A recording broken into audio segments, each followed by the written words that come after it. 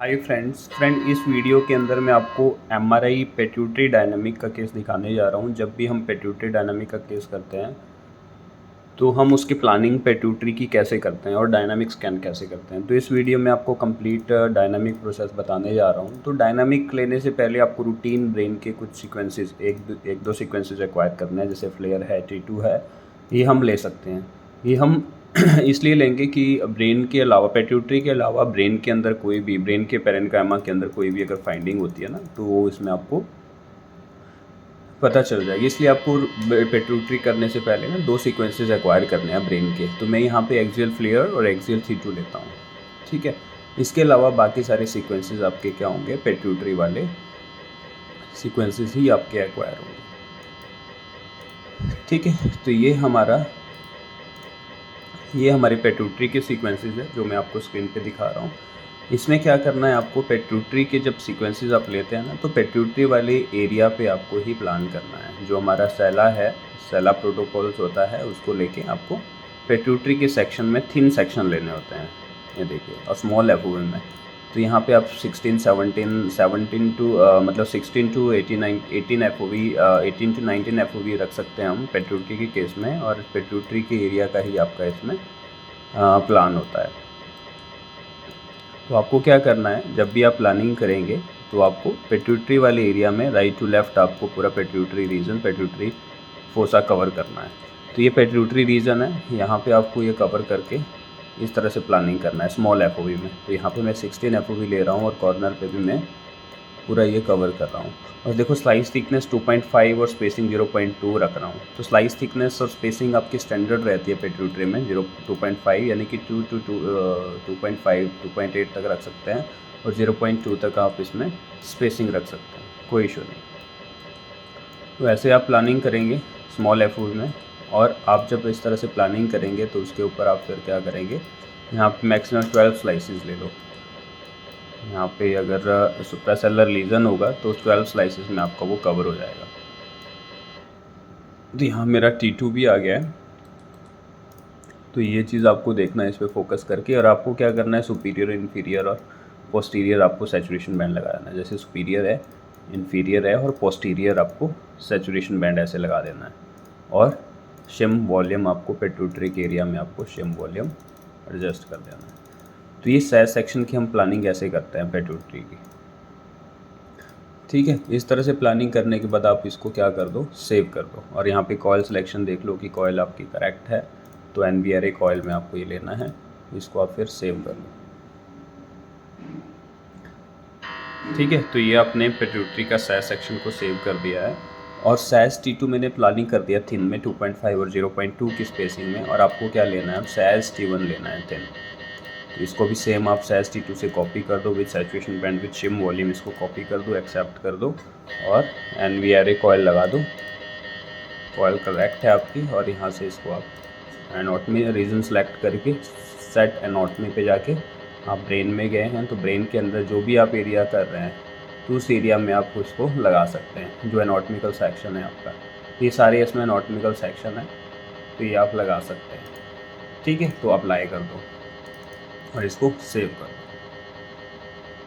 दो, ठीक है। तो स्टैंडर्ड आपको सैज T2 सैज T1 जैसे ही आपके पास आएगा तो आपका फर्दर इसमें प्लानिंग फिर हम कॉर्नल के ऊपर करेंगे, ठीक है। कॉर्नल T2 कॉर्नल T1 ये आप सीक्वेंसेस एक्वायर करेंगे। और उसके बाद आप क्या करेंगे, एक थिन सेक्शन लेंगे। तो मैं आप एक एक्सियल क्यूब लेता हूँ थिन में, तो आपको थिन में वो एक्वायर करना है ऐसे। तो ये थिन है मेरा, तो मैं एक्सियल में भी एक थिन सेक्शन एक्वायर करूँगा पेट्यूटरी रीजन का, ठीक है। तो ऐसे आपको प्लानिंग करना है जब भी आप पेट्यूटरी केस करते होंगे, ठीक है। तो इसमें आपको थिन सेक्शन, जैसे मैंने ये axial 3D axial T2 cube लिया है ना, इसको आपको थिन में प्लानिंग करना है। पेट्यूटरी के लीजन एरिया में आपको थिन में प्लानिंग करना है। जैसे मैं आपको अभी, जैसे मेरे पास सैज आ जाएगा तो उसके ऊपर आपको ये प्लानिंग करना है।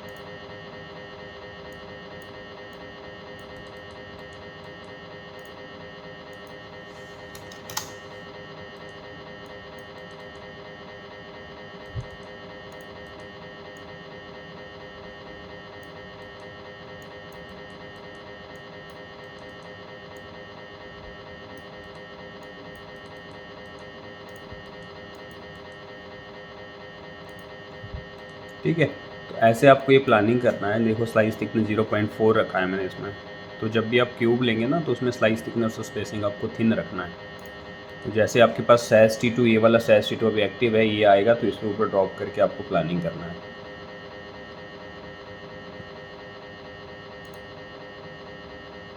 पेट्यूटरी वाले सीक्वेंसेस में कुछ एडिशनल करने की ज़रूरत नहीं होती है, क्योंकि पेट्यूटरी प्रोटोकॉल जो हम लेते हैं ना तो उसमें आपको बेसिक सी चीज़ें पता होना चाहिए कि जब भी पेट्यूटरी ग्लैंड्स होती है, छोटी ग्लैंड्स होती है, तो आपको ये थिन सेक्शन में लेना होता है। तब ये ग्लैंड के अंदर का ट्यूमर और लेजन आपको तभी पता चलेगा, कोई माइक्रोएडिनोमा हो या मैक्रोएडिनोमा हो उसको देखने के लिए। ठीक है। और साथ में पेशेंट की कंप्लेन हिस्ट्री भी लेनी है। तो पेशेंट की कंप्लेन प्रोलैक्टिन लेवल इंक्रीज़ है और पेशेंट के मेंसेस है वो नहीं आ रहे हैं, तो इस वजह से हम पेट्यूटरी स्टडी देख रहे हैं कि पेट्यूटरी के अंदर कोई माइक्रोएडिनोमा या मैक्रोएडिनोमा तो नहीं है।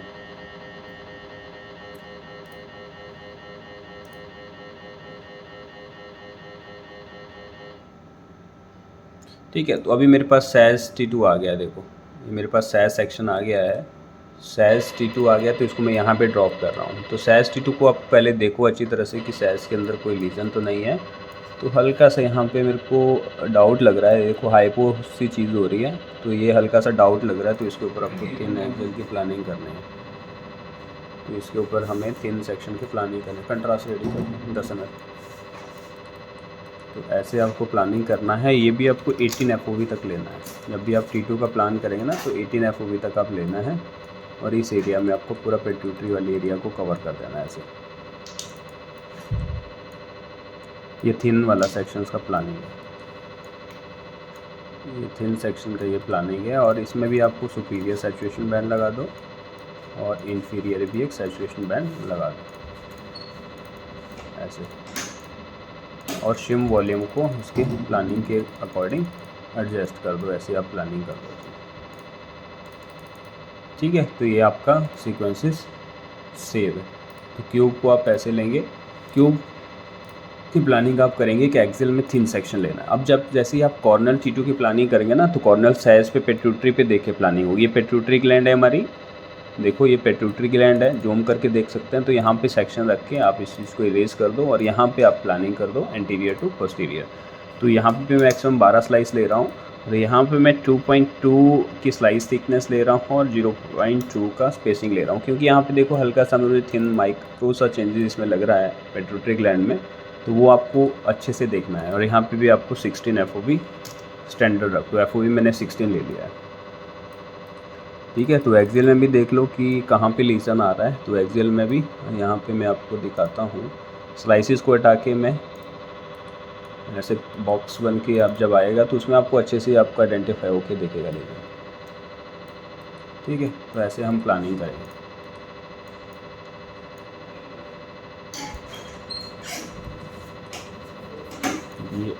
ये सैस T1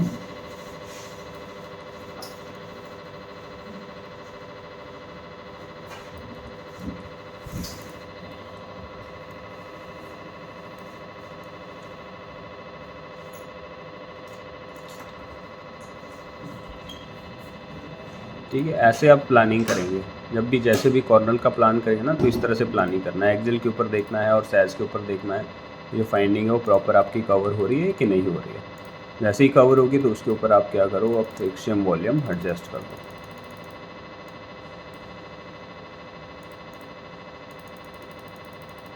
शिम को ऐसे एडजस्ट कर दो। तो ये आपके पेट्यूटरी की शिमिंग हो गई। इसके बाद इस चीज़ को आप सेव कर दो और एंटीरियरली एक सैचुरेशन बैंड लगा दो। जो मोशन आर्टिफैक्ट है वो इसमें रिड्यूस हो जाएंगे, इंटीरियर और एक इंफीरियर।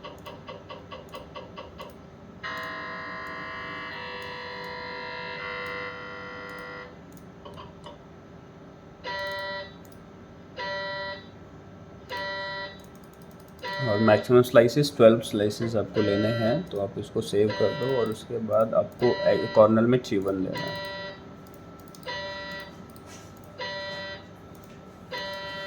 यहाँ पे कॉर में T1 सेक्शन, और कॉर में T1 सेक्शन सेम आपको कॉर्नर T2 से आपको कॉपी कर देना है। कॉर T2 से कॉपी करना है। देखिए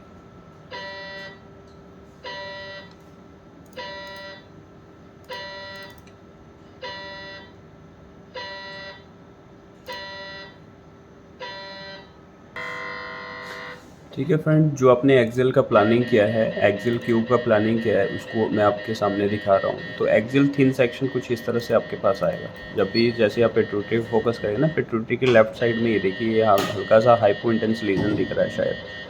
तो ये जैसे ही आप कंट्रास्ट देंगे तो उसमें आपको ये डायनामिक स्टडी में पता चलेगा ये एक लीजन, ये ट्यूमर है या किस तरह का नेचर है इस चीज़ का। ठीक है, यहाँ पे देखो हाइपो इंटेंस चीज़ आ रही है। इसमें एक्सेल में भी थिन सेक्शन में काफ़ी क्लियर इसमें आइडेंटिफाई हो रहा है। तो वैसे आप फर्दर जैसे आप कॉर्नर लिए हैं, कॉर्नर में भी यहाँ ये देखो, ये वाले एरिया में कुछ सिग्नल आ रहा है। तो फाइनली इसकी जब रिपोर्टिंग बनेगी तो इस तरह से आप सीक्वेंसेस को आइडेंटिफाई करके देख सकते हैं कि किस तरह की इसमें फाइंडिंग आ रही है। ठीक है, अब इस तरह से आप ये रूटीन सीक्वेंसेस का प्लानिंग करेंगे। SASS T2, SASS T1, axial क्यू, कॉर T2, कॉर T1। एक आप T2 फैट सेट हम लेते हैं SASS T2, T1 fat set भी लेते हैं प्री कंट्रास्ट, तो वो भी आप एक्वायर कर सकते हैं। तो यहाँ पे SASS T2 फैट सेट लेता हूँ। ठीक है इसके बाद आपके कंट्रास्ट के सीक्वेंसेस चलेंगे। तो जब भी आप डायनामिक लेंगे ना, कॉर डायनामिक सेला, तो हमेशा डायनामिक पिट्यूटरी डायनामिक हमेशा कॉर्नल में लिया जाता है। कॉर्नल सेक्शन में आपके पास इमेजेस एक्वायर होगी।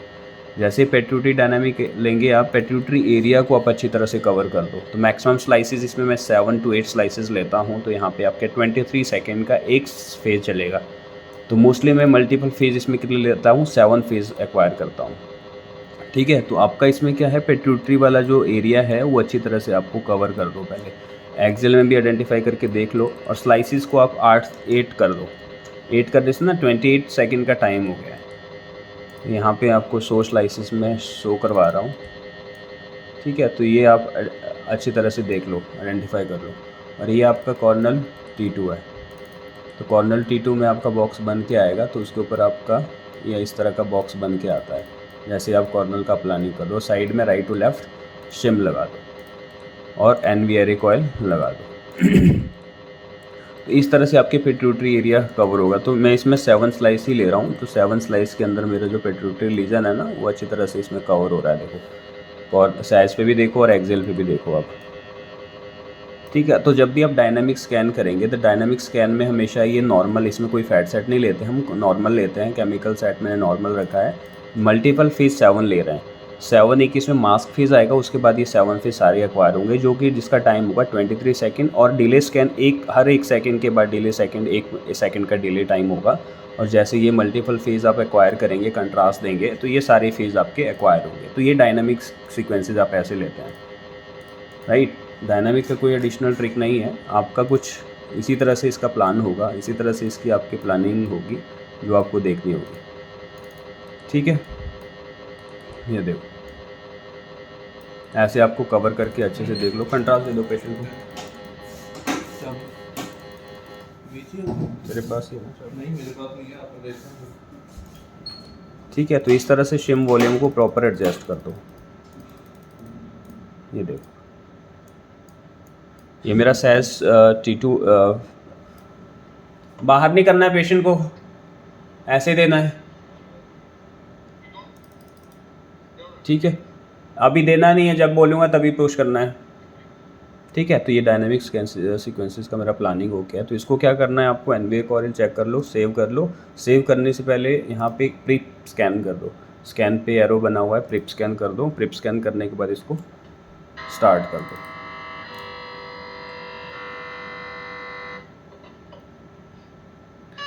ठीक है, तो देखिए ऊपर, देखिए अब टाइम चलेगा।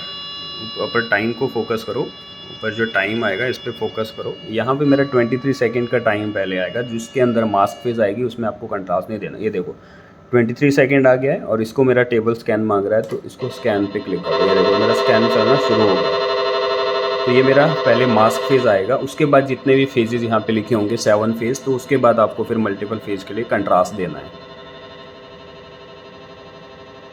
ठीक है, यहाँ पे देखो मेरा एक्टिव है, ये अभी एक्टिव में है, यानी कि डायनामिक स्कैन मेरा चल रहा है, जिसमें पहला फेज़ हम लेते हैं ना 23 सेकंड का, ये मास्क फेज़ एक्वायर करते हैं। ये देखिए मेरा मास्क फेज़ आया।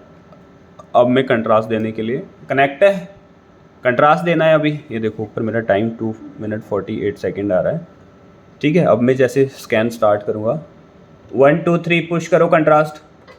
हाँ देखो, ये मेरा मल्टी फेज पेन, अब मेरा कंट्रास्ट पेशेंट की बॉडी के अंदर चला गया। अब मल्टीपल फेज 19 सेकेंड में एक फेज़, पहला फेज़ रन होना शुरू हो गया। देखो यहाँ पे ये देखिए ऊपर फोकस कीजिए, टाइम पे फोकस करो, टाइम पे ही आपको समझ आएगा। अब कंट्रास्ट मेरा पेशेंट की बॉडी के अंदर 10 ml चला गया है और ये मल्टीपल फेज़ आपके यहाँ पे ऑटो स्कैन से स्टार्ट होंगे। आप देखिए यहाँ पे आप ऑटो स्कैन करो, ऑटो स्कैन पे मल्टीपल फेज़ आपके खुद ब खुद एक्वायर होते रहेंगे। ठीक है, तो ये मेरा फर्स्ट फेज़ आ गया। देखो अब मेरा सेकंड फेज़ चलना शुरू हो गया है। तो सेकंड हर फेज़ का टाइमिंग है 23 सेकंड। हर फेजिंग का टाइम कितना है 26 second. Total number of phase यहाँ पे लिखा भी है 7 है। सेकंड फेज़ मेरा अभी रनिंग में है और हर फेज़ के बीच का डिले जो सेकंड है वो 1 मिनट, डिले टाइम है वो 1 सेकंड का है। ठीक है, तो इस तरह से हम एक्वायर कर सकते हैं इमेजेस को। जब भी आप इसको देखोगे, जब भी आप इस डायनामिक सीक्वेंसेस को देखोगे तो इसके अंदर ही आपके सारे फेज़ आएंगे।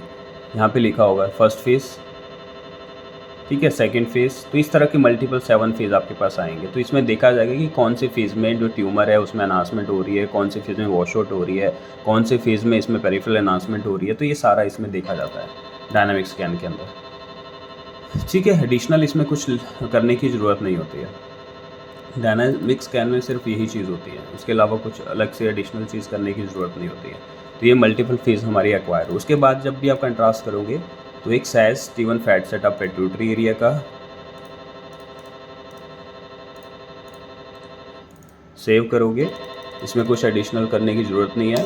और सेम आप एक कॉर्नल सेक्शन का भी एक्वायर करेंगे। ये आप एक कॉर्नल T1 एक्वायर करेंगे विद फैट सेट। ठीक है, और ऐसे हम पेट्यूटरी की स्कैनिंग जो करते हैं इस तरह से हम पेट्यूटरी का स्कैन करते हैं। इसमें कुछ एडिशनल करने की ज़रूरत नहीं होती है। तो ऐसे आप कंट्रास्ट देने के बाद ये सीक्वेंसेस को एक्वायर कर सकते हैं। साइज में T1 with fat sat pituitary और coronal T1 fat sat with pituitary. तो ये आपके पास मल्टी फेज पेट्यूटरी डायनामिक के एक्वायर हो रहे हैं। इनके साथ वाले को भेजना मुझे। ठीक है फ्रेंड्स, तो इस तरह में हम पेट्यूटरी स्कैन करते हैं। अगर आपको मेरी वीडियो अच्छी लगी तो प्लीज़ मेरी वीडियो को लाइक शेयर कमेंट जरूर कीजिए। Thank you very much.